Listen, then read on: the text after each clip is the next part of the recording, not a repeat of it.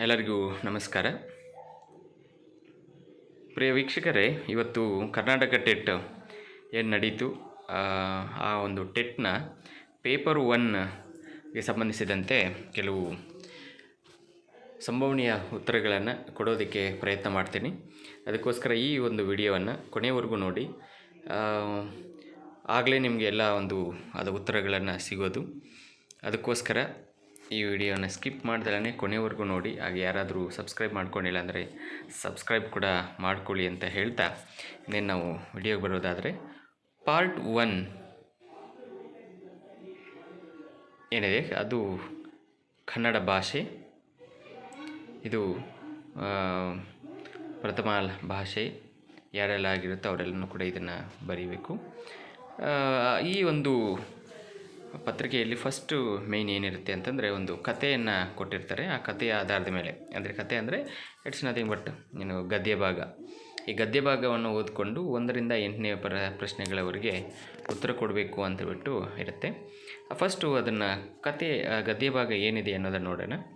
Okay. Masti Venkatesha ಅಯ್ಯಂಗಾರು ವಿದ್ಯಾರ್ಥಿಯಾಗಿದ್ದಳೆ ಸಾಹಿತ್ಯ ರಚನೆಗೆ ಪ್ರಾರಂಭಿಸಿದರು.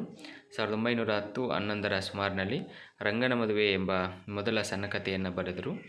ಶ್ರೀನಿವಾಸ ಎಂಬುದು ಅವರ ಕಾವ್ಯನಾಮ. ಅವರ ಹುಟ್ಟೂರು ಮಾಸ್ತಿ. ಹಾಗೆಯೇ ಅದು ಕಾವ್ಯನಾಮದಂತೆಯೇ ಜನಪ್ರಿಯವಾಗಿದೆ.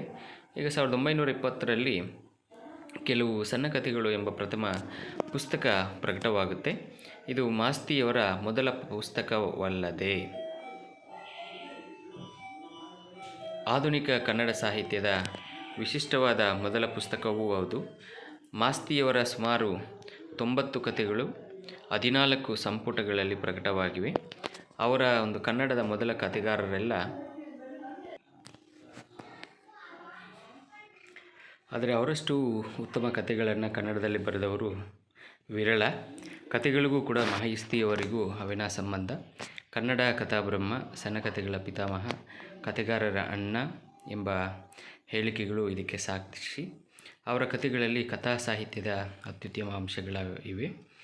ನಿಜಗಲ್ಲಿನ ರಾಣಿ, ಒಂದು ವೇಳೆಯ ಒಂದು ಹಳೆಯ ಕತೆ, ಕಾಮನ ಹಬ್ಬದ ಒಂದು ಕತೆ, ಮೊಸರಿನ ಮಂಗಮ್ಮ, ಜೋಗ್ಮಾರ ಅಂಜಪ್ಪನ ಕೋಳಿ ಕತೆ, ವೆಂಕಟಸ್ವಾಮಿಯ ಪ್ರಣಯ, ಕಲ್ಮಾಡಿಯ ಕೋಣ ಮೊದಲಾದ ಶ್ರೇಷ್ಠ ಕಥೆಗಳಾಗಿವೆ. ಮಾಸ್ತಿಯವರ ಸಣ್ಣ ಕಥೆಗಳ ಭಾಷೆ, ನಿರೂಪಣೆ ಶೈಲಿ ಸರಳ, ಜೀವನದ ಅನುಭವ ನಿಶ್ಚಲ.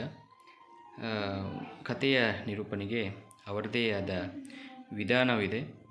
ಸಂಗೀತಗಾರನೊಬ್ಬನ ಜೀವನವನ್ನು ಆಧರಿಸಿರುವ ಸುಬ್ಬಣ್ಣ ಎಂಬ ನಿಲ್ಗತೆ ಪ್ರಪಂಚದ ಅತ್ಯುತ್ತಮ ಕಥೆಗಳ ಸಾಲಿಗೆ ಸೇರುವಂಥದ್ದು. ಇದು ಇಂಗ್ಲೀಷ್, ತಮಿಳ್, ತೆಲುಗು, ಮಲಯಾಳಂ, ಮರಾಠಿ, ಜರ್ಮನ್ ಭಾಷೆಗಳಿಗೂ ಅನುವಾದವಾಗಿದೆ. ಕುರುಡರಿಗಾಗಿ ಬೈಲ್ ಆವೃತ್ತಿಯ ಸಿದ್ಧವಾಗಿದೆ. ಹಲವು ಪುನರ್ಮುದ್ರಣ ಕಂಡಿರುವ ಜನಪ್ರಿಯ ಗ್ರಂಥವಾಗಿದೆ. ಮಾಸ್ತಿಯವರ ಕಥೆಗಳ ವಸ್ತು, ಪಾತ್ರ, ಘಟನೆ, ಅನುಭವ, ವಿನ್ಯಾಸಗಳ ಕ್ಷೇತ್ರ ವಿಶಾಲವಾಗಿದೆ. ವಿವಿಧ ಮುಖಗಳಿಂದ ಕೂಡಿದೆ. ಅವರ ಕಥಾ ನಿರೂಪಣೆ ಅನುಕರಣೀಯವಾದದ್ದು. ಅವರಿಗೆ ಕಥಾ ನಿರೂಪಣೆ ಮುಖ್ಯ, ಘಟನೆಯಲ್ಲ. ಮನುಷ್ಯ ಸ್ವಭಾವ ಮುಖ್ಯ, ತಂತ್ರವಲ್ಲ. 1968ರಲ್ಲಿ ಮಾಸ್ತಿಯವರ ಸಣ್ಣ ಕಥೆಗಳು ಗ್ರಂಥಕ್ಕೆ ದೆಹಲಿ ಸಾಹಿತ್ಯ ಅಕಾಡೆಮಿ ಬಹುಮಾನ ದೊರೆಯಿತು. ಆ ಸಂದರ್ಭದಲ್ಲಿ ಮೈಸೂರಿನಲ್ಲಿ ಸಾರ್ವಜನಿಕರು ಅವರನ್ನು ಸನ್ಮಾನಿಸಿದರು. ಸಣ್ಣ ಕಥೆಗಳು 2ನೇ ಸಂಪುಟ ಗುರುದಕ್ಷಿಣೆ ಎಂಬ ಹೆಸರಿನಲ್ಲಿ ತಮಿಳು ಭಾಷೆಗೆ ಭಾಷಾಂತರವಾಗಿದೆ. ಓಕೆ, ಅದೆಲ್ಲನೂ ಒಂದು ಗದ್ಯ ಭಾಗ. ಓಕೆ, ಇವಾಗ ಒಂದೊಂದೇ ಕ್ವಶನನ್ನು ನಾವು ನೋಡ್ತಾ ಹೋದರೆ, ಮಾಸ್ತಿ ವೆಂಕಟೇಶ್ ಅಯ್ಯಂಗಾರರು ಬರೆದ ಮೊದಲ ಸಣ್ಣ ಕಥೆ ಅಂತಂದರೆ ಎಲ್ಲರಿಗೂ ಗೊತ್ತೇ ಇದೆ, ಅದು ರಂಗನ ಮದುವೆ.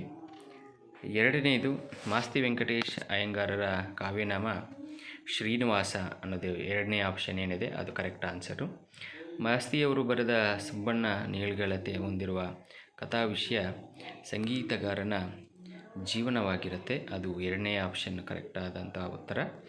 ಮಾಸ್ತಿಯವರು ಬರೆದ ಗುರುದಕ್ಷಿಣೆ ಭಾಷಾಂತರವಾಗಿರುವುದು ತಮಿಳು ಭಾಷೆಗೆ, 2ನೇ ಆಪ್ಷನ್ ಇಸ್ ಕರೆಕ್ಟ್ ಆನ್ಸರ್. ಸಾರ್ವಜನಿಕರು ಮಾಸ್ತಿಯವರನ್ನು ಸನ್ಮಾನಿಸಿದ್ದು ಅವರಿಗೆ ಈ ಪ್ರಶಸ್ತಿ ದೊರೆತಾಗ ಯಾವುದಂದರೆ ಈ ಒಂದು ದೆಹಲಿ ಸಾಹಿತ್ಯ ಅಕಾಡೆಮಿ ಪ್ರಶಸ್ತಿ ಯಾವಾಗ ದೊರೆಯುತ್ತೆ ಆವಾಗ ಅವರಿಗೆ ಇದು ಮಾಡ್ತಾರೆ. ಮತ್ತು ಮಾಸ್ತಿಯವರು ಕೆಲವು ಸಣ್ಣ ಕಥೆಗಳು ಪ್ರಕಟವಾದದ್ದು ವರ್ಷ 1920ರಲ್ಲಿ. ಅವು ಸಣ್ಣ ಕಥೆಗಳು, ಕೆಲವು ಸಣ್ಣ ಕಥೆಗಳು ಎಂಬ ಪುಸ್ತಕ ಪ್ರಕಟವಾಗುತ್ತೆ. ಮಾಸ್ತಿಯವರಿಗೆ ಈ ಹೇಳಿಕೆ ಅನ್ವಯವಾಗುವುದಿಲ್ಲ. ಅಂದರೆ ಇಲ್ಲಿ ಚುಟುಕು ಬ್ರಹ್ಮ ಅಂತೇಳ್ಬಿಟ್ಟು ಯಾರನ್ನು ಕರೀತಾರೆ ಅಂದರೆ ದಿನಕರ ದೇಸಾಯಿ ಅನ್ನುವಂಥ ಒಬ್ಬ ಸಾಹಿತಿಯನ್ನು ಚುಟುಕುಗಳ ಬ್ರಹ್ಮ, ಚುಟುಕುಗಳ ಸಾಹಿತ್ಯವನ್ನು ಬರೆದಿರ್ತಕ್ಕಂಥವರು ದಿನಕರ ದೇಸಾಯಿ. ಅವರನ್ನು ಚುಟುಕು ಬ್ರಹ್ಮ ಅಂತ ಕರೀತಾರೆ. ಅದಕ್ಕೆ ಈ ಒಂದು ಹೇಳಿಕೆ ಮಾಸ್ತಿಯವರಿಗೆ ಅನ್ವಯವಾಗುವುದಿಲ್ಲ. ಮತ್ತು ಇನ್ನು ಕನ್ನಡ ಕಥಾಬ್ರಹ್ಮ, ಸಣ್ಣ ಕಥೆಗಳ ಜನಕ ಅಥವಾ ಸಣ್ಣ ಕಥೆಗಳ ಪಿತಾಮಹ, ಕಥೆಗಾರರ ಅಣ್ಣ, ಇವೆಲ್ಲವೂ ಕೂಡ ಮಾಸ್ತಿಯವರಿಗೆ ಸಂಧಿಸಿರ್ತಕ್ಕಂಥದ್ದು. ಮತ್ತು ಅತ್ಯುತ್ತಮ ಪದದಲ್ಲಿರುವ ಸಂಧಿ, ಇಲ್ಲಿ ಎನ್ ಸಂಧಿ ಅಂತಿದೆ, ಜಸ್ತ್ವ ಇದೆ, ಆದೇಶ ಇದೆ, ಗುಣ ಇದೆ. ಅದಕ್ಕೆ ಉತ್ತರ ಎನ್ ಸಂಧಿ, ಒಂದನೆಯದು ಸರಿಯಾದ ಉತ್ತರ. ಓಕೆ, ಈ 8 ಪ್ರಶ್ನೆಗಳು ಈ ಒಂದು ಗದ್ಯಭಾಗಕ್ಕೆ ಸಂಬಂಧಿಸಿದಂತು. ಮತ್ತು ಮುಂದಿನ ವಿಡಿಯೋದಲ್ಲಿ ನಾವು ಈ ಇಂಗ್ಲೀಷ್ ಭಾಷೆಗೆ ಮತ್ತು ಮುಂದೆ ಬರ್ತಕ್ಕಂಥ ಮೇನ್ಗಳಿಗೆ ಸಂಬಂಧಿಸಿದಂತೆ ನೋಡೋಣ. ಮತ್ತು ಎರಡನೇ ಮೇನ್ ಏನಿದೆ, ಒಂದು ಪದ್ಯಭಾಗವನ್ನು ಕೊಟ್ಟಿರ್ತಾರೆ. ಆ ಪದ್ಯಭಾಗವನ್ನು ಓದಿಕೊಂಡು 9ರಿಂದ 15 ಕ್ವಶನ್ವರೆಗೆ ಪ್ರಶ್ನೆಗಳಿಗೆ ಉತ್ತರವನ್ನು ಕೊಡಬೇಕು. ಅದಕ್ಕೆ ಕೊಟ್ಟಿರುವಂಥ ಪದ್ಯ ಈ ಮೇಲೆ ಇದೆ. ಟೋಟಲ್ ಎಷ್ಟು 5 ಪದ್ಯ ಅಂದರೆ ಸ್ಟ್ಯಾಂಜಸನ್ನು ಕೊಟ್ಟಿದ್ದಾರೆ. ಈ 5 ಪದ್ಯಗಳೇನಿದೆ, ಸ್ಟ್ಯಾಂಜಸ್ ಏನಿದೆ, ಅವನ್ನೆಲ್ಲ ಓದಿಕೊಂಡು ನೆಕ್ಸ್ಟ್ ಕೊಟ್ಟಿರ್ತಕ್ಕಂಥ ಪ್ರಶ್ನೆಗಳಿಗೆ ಇಲ್ಲಿ ಉತ್ತರ ಕೊಡಬೇಕು. ಇದೆಲ್ಲರಿಗೂ ಗೊತ್ತಿದೆ ಆಲ್ಮೋಸ್ಟ್. ಓಕೆ, ಏನೇನಪ್ಪ ಅಂತಂದರೆ ನೋಡಿ, 9ನೇ ಪ್ರಶ್ನೆ, ನೆನಪಿನ ಬೆಳೆಯನ್ನು ತೂಗಿರುವುದು. ಇಲ್ಲಿ ಇಳೆ ಅಂದರೆ ಭೂಮಿ, ಮತ್ತು ಮಳೆ, ಕೊಳೆ ಮತ್ತು ಹೊಳೆ. ಇದಕ್ಕೆ ಸರಿಯಾದ ಉತ್ತರ ಮಳೆ ಆಗಿದೆ. ಕವಿ ಹೇಳುವಂತೆ ಮರುಕಳಿಸಿರುವುದು, ಇಲ್ಲಿ ಆನಂದ ಅಂತಿದೆ, 1ನೇ ಆಪ್ಷನ್ ಕರೆಕ್ಟ್ ಆದ ಉತ್ತರ. ಮತ್ತು ಬರಬಾರದೆ ಒಂದು ಹೆಗ್ಗೆರೆದ ಚಳಿಗಾಲ, ಹೆಗ್ಗೆರೆದ ಮಳೆಗಾಲ, ಹೆಗ್ಗೆರೆದ ಸುಡುಗಾಲ, ಹೆಗ್ಗೆರೆದ ಹಳೆಗಾಲ ಅಂತಿದೆ. ಅದು 4ನೇ ಆಪ್ಷನ್ ಸರಿಯಾದ ಉತ್ತರ. ಮಳೆಯು ಮರೆಯಗೂಡದಿರುವುದು, ಇಲ್ಲಿ ನೋವನ್ನು, ನಲಿವನ್ನು, ಬಂಧ ಸಂಬಂಧಗಳನ್ನು, ನಗುವನ್ನು. ಅಂದರೆ ಇಲ್ಲಿ ಬಂಧ ಸಂಬಂಧಗಳ ಬಗ್ಗೆ ಹೇಳಿರ್ತಕ್ಕಂಥದ್ದು 3ನೇ ಆಪ್ಷನ್ ಸರಿಯಾದ ಉತ್ತರ. ಮತ್ತು ಮಳೆಯು ಜೀವಾಳವನ್ನು ತೊಯಿಸಿದೆ, ಕಲಕಿದೆ, ಅಲುಗಾಡಿಸಿದೆ, ಮರೆಸಿದೆ. ಇದಕ್ಕೆ ಸಂಬಂಧಿಸಿದಂತೆ ಅದು ಕಲಕಿದೆ ಅನ್ನೋದು ಸರಿಯಾದ ಉತ್ತರ. ಮತ್ತು ಸುಖ ದುಃಖ ಎನ್ನುವುದು ಜೋಡು ನುಡಿ ಆಗಿರುತ್ತೆ. ಮತ್ತು ನುಡಿಗಟ್ಟು, ದ್ವಿರೋಕ್ತಿ, ಅನುಕರಣೀಯ, ಇವು ಕೂಡ ಇತರೆ ಒಂದು ವ್ಯಾಕರಣಾಂಶಗಳಾಗಿರುತ್ತೆ. ಬಟ್ ಇಲ್ಲಿ ಕೊಟ್ಟಿರ್ತಕ್ಕಂಥದ್ದು ಸುಖ ದುಃಖ ಅನ್ನೋದು ಒಂದು ಜೋಡು ನುಡಿ ಆಗಿರುತ್ತೆ. ಪಯಣ ಪದದ ತತ್ಸಮ ರೂಪ ಪ್ರಯಾಣ ಆಗಿರುತ್ತೆ, 1ನೇದು ಸರಿಯಾದಂಥ ಉತ್ತರ. ಓಕೆ, ಇದು ಒಂದು 15 ಪ್ರಶ್ನೆಗಳಿಗೆ ಉತ್ತರವನ್ನು, ಇವು ಫೈನಲ್ ಆಗಿರೋದಿಲ್ಲ, ಬಟ್ ಸಂಭವನೀಯ ಆಗಿರುತ್ತೆ. ಏನು ಇಲಾಖೆ ಯಾವುವು ಕೊಡುತ್ತೆ ಅದೇ ಫೈನಲ್ ಆಗಿರುತ್ತೆ. ಬಟ್ ಇಲ್ಲಿ 99% ಎಲ್ಲನೂ ಕೂಡ ಸರಿ ಉತ್ತರನೇ ಅಂತಲೇ ಭಾವಿಸ್ತೀನಿ ವೀಕ್ಷಕರೇ. ಓಕೆ, ಇದು ನೆಕ್ಸ್ಟು ಏನಿದೆ ಅವನ್ನ ಮುಂದೆ ನೋಡೋಣ. 16ನೇ ಪ್ರಶ್ನೆಯಿಂದ ನಾವು ನೋಡೋದಾದರೆ, ಇಲ್ಲಿ ಅನುನಾಸಿಕವಲ್ಲದ ಅಕ್ಷರ. ಅನುನಾಸಿಕ ಅಂತಂದರೆ ಮೂಗಿನಿಂದ ಉಚ್ಚರಿಸಲ್ಪಡುವಂಥ ಅಕ್ಷರಗಳು ಅನುನಾಸಿಕ ಆಗಿರುತ್ತೆ. ಅದರಲ್ಲಿ ಒಲ್ಲದ ಅಕ್ಷರ ಅಂತಂದರೆ ಇಲ್ಲಿ 4ನೇದು ಜ ಅಂತ ಆಗುತ್ತೆ.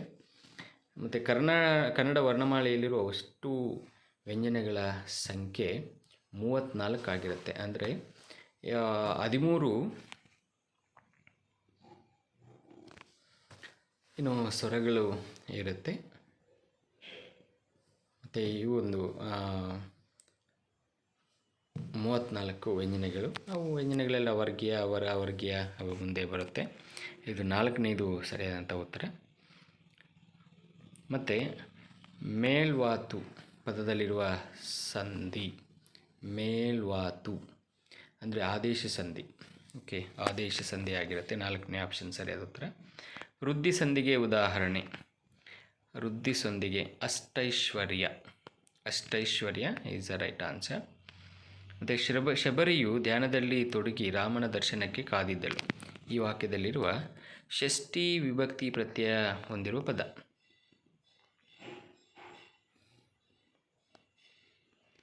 ಷಷ್ಠಿ ಅಂದರೆ ಇಲ್ಲಿ ಆ ಬರುತ್ತೆ, ಅಂದರೆ ರಾಮನ, ಆ ವಿಭಕ್ತಿ ಪ್ರತ್ಯಯ, ಆದ್ದರಿಂದ ಅಲ್ಲಿ ರಾಮನ ಆಗುತ್ತೆ. ಮತ್ತು ಭಾಷೆಯಲ್ಲಿ ಧ್ವನಿಯನ್ನು ಮಾಪನ ಮಾಡುವಂತಹ ಘಟಕ ಧ್ವನಿಮ ಆಗಿರುತ್ತೆ, 2ನೇ ಆಪ್ಷನ್. ಮತ್ತು ಮಾತೃಭಾಷಾ ಕಲಿಕೆಯು ಅನುಭವ ವಿಕಾಸಕ್ಕೆ ನೆರವಾಗದು, ಪರಸ್ಪರ ವಿಚಾರ ವಿನಿಮಯವನ್ನು ಕಠಿಣಗೊಳಿಸುತ್ತದೆ, ಮತ್ತು ಸೃಜನಾತ್ಮಕ ಪ್ರತಿಭೆಯನ್ನು ವಿಕಾಸಗೊಳಿಸುತ್ತದೆ, ಇತರ ಭಾಷಾ ಕಲಿಕೆಗೆ ತೊಡಕಾಗುತ್ತದೆ. ಅಂದರೆ 3ನೇ ಆಪ್ಷನ್ ಸರಿಯಾಗಿರುತ್ತೆ. ಮತ್ತು ಉಚ್ಚಾರಣೆಯ ದೋಷಕ್ಕೆ ಕಾರಣವಲ್ಲ. ಏನದು ಅಂತಂದರೆ ನಿರಂತರವಾಗಿ ವಾಕ್ಯವನ್ನು ಉಚ್ಚರಿಸುವ ಅಭ್ಯಾಸ. 4ನೇ ಆಪ್ಷನ್ ಸರಿಯಾಗಿ ಆಗಿರುತ್ತೆ. ಮತ್ತು 24ನೇ ಪ್ರಶ್ನೆಗೆ ಸಂಬಂಧಿಸಿದಂತೆ ಭಾಷಾ ಪ್ರಯೋಗಾಲಯದಲ್ಲಿ ಪ್ರಧಾನ ನಿಯಂತ್ರಕ ಮತ್ತು ಮೇಲ್ವಿಚಾರಕ. ಇಲ್ಲಿ ಭಾಷಾ ಶಿಕ್ಷಕ ಆಗಿರ್ತಾನೆ, ಅದು 3ನೇ ಆಪ್ಷನ್ ಸರಿಯಾದ ಉತ್ತರ. ಮತ್ತು ಬೋಧನೋಪಕರಣಗಳಲ್ಲಿ ಕಾವ್ಯ ಶ್ರಾವ್ಯ ಉಪಕರಣ. ಶ್ರಾವ್ಯ ಉಪಕರಣ ಅಂತಂದರೆ ನಾವು ಕೇಳಿಸ್ಕೊಳ್ತಕ್ಕಂಥದ್ದು, ಓನ್ಲಿ ಆಡಿಯೋ. ಓಕೆ, ಅದು ಅಂದರೆ ರೇಡಿಯೋ ಧ್ವನಿ ಸುರುಳಿ.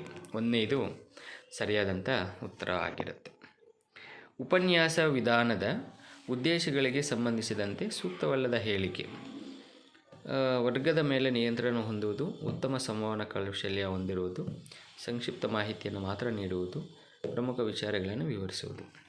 ಇದಕ್ಕೆ 3ನೇದು ಸರಿಯಾದಂಥ ಉತ್ತರ. 27ನೇ ಪ್ರಶ್ನೆಗೆ ಲಿಖಿತ ಪರೀಕ್ಷೆಯ ನ್ಯೂನ್ಯತೆ. ನಕಲು ಮಾಡುವ ಸಾಧ್ಯತೆ ಇದೆ, 2ನೇದು ಸರಿಯಾದ ಉತ್ತರ. ಮತ್ತು 28ನೇ ಪ್ರಶ್ನೆಗೆ ವಸ್ತುನಿಷ್ಠ ಪರೀಕ್ಷೆಗಳ ವಿಧವಲ್ಲ, ಅದು ವಿವರಿಸಿ ಬರೆಯುವ ಪರೀಕ್ಷೆ, 3ನೇದು ಸರಿಯಾದಂಥ ಉತ್ತರ. ಲಾಸ್ಟ್ 29ನೇ ಪ್ರಶ್ನೆಗೆ ನೋಡೋದಾದರೆ ಪ್ರತಿಭಾವಂತ ವಿದ್ಯಾರ್ಥಿಯ ಗುಣಲಕ್ಷಣವಲ್ಲ. ಪ್ರತಿಭಾವಂತ ವಿದ್ಯಾರ್ಥಿ ಯಾವುದು ಇಲ್ಲಿ ಗುಣಲಕ್ಷಣವಲ್ಲ ಅಂತಂದರೆ ಸ್ಮರಣ ಶಕ್ತಿ ಕಡಿಮೆ ಇರುತ್ತದೆ. ಪ್ರತಿಭಾವಂತನ ಹತ್ರ ಸ್ಮರಣ ಶಕ್ತಿ ಅತಿ ಹೆಚ್ಚಾಗಿರುತ್ತೆ, ಬಟ್ ಇಲ್ಲಿ ಈ ವಾಕ್ಯ ಅವರ ಗುಣಲಕ್ಷಣವಾಗಿರುವುದಿಲ್ಲ. ಮತ್ತು CCE ಇದರ ಏನು ವಿಸ್ತೃತ ರೂಪ ಇಂಗ್ಲೀಷಲ್ಲಿ ನಾವು ಕಾಂಪ್ರಹೆನ್ಸಿವ್ ಕಂಟಿನ್ಯೂಯಸ್ ಇವ್ಯಾಲ್ಯೂಯೇಷನ್ ಅಂತ ಕರೀತಾರೆ. ಅಂದರೆ ನಿರಂತರ ವ್ಯಾಪಕ ಮೌಲ್ಯಮಾಪನ ಅಂತ, 2ನೇ ಆಪ್ಷನ್ ಸರಿಯಾದಂಥ ಉತ್ತರ. ಇದು ಈ ಒಂದು ಕನ್ನಡ ಭಾಷೆಗೆ ಸಂಬಂಧಿಸಿದಂತೆ ಈ ಎಲ್ಲ 30 ಪ್ರಶ್ನೆಗಳು ತುಂಬ ಸರಳವಾಗಿದೆ. ತುಂಬ ಕಠಿಣತೆಯ ಸಂಖ್ಯೆ ಕಡಿಮೆ ಆಗಿರೋದ್ರಿಂದ ಮೇ ಬಿ ಆಲ್ಮೋಸ್ಟು ಈ ಸತಿ ಟೆಟ್ಟನ್ನು ಪಾಸ್ ಮಾಡುವವರ ಸಂಖ್ಯೆ ಜಾಸ್ತಿ ಆಗುವ ಸಾಧ್ಯತೆ ಕೂಡ ಇರುತ್ತೆ. ಓಕೆ, ಇಷ್ಟು ಈ ಒಂದು ಕನ್ನಡ ಭಾಷೆಗೆ ಸಂಬಂಧಿಸಿದಂತೆ. ಮತ್ತು ಆಂಗ್ಲ ಭಾಷೆ ಮತ್ತು ಇನ್ನಿತರೆ ವಿಷಯಗಳಿಗೆ ಸಂಬಂಧಿಸಿದಂತೆ ಮುಂದಿನ ವಿಡಿಯೋದಲ್ಲಿ ನೋಡೋಣ.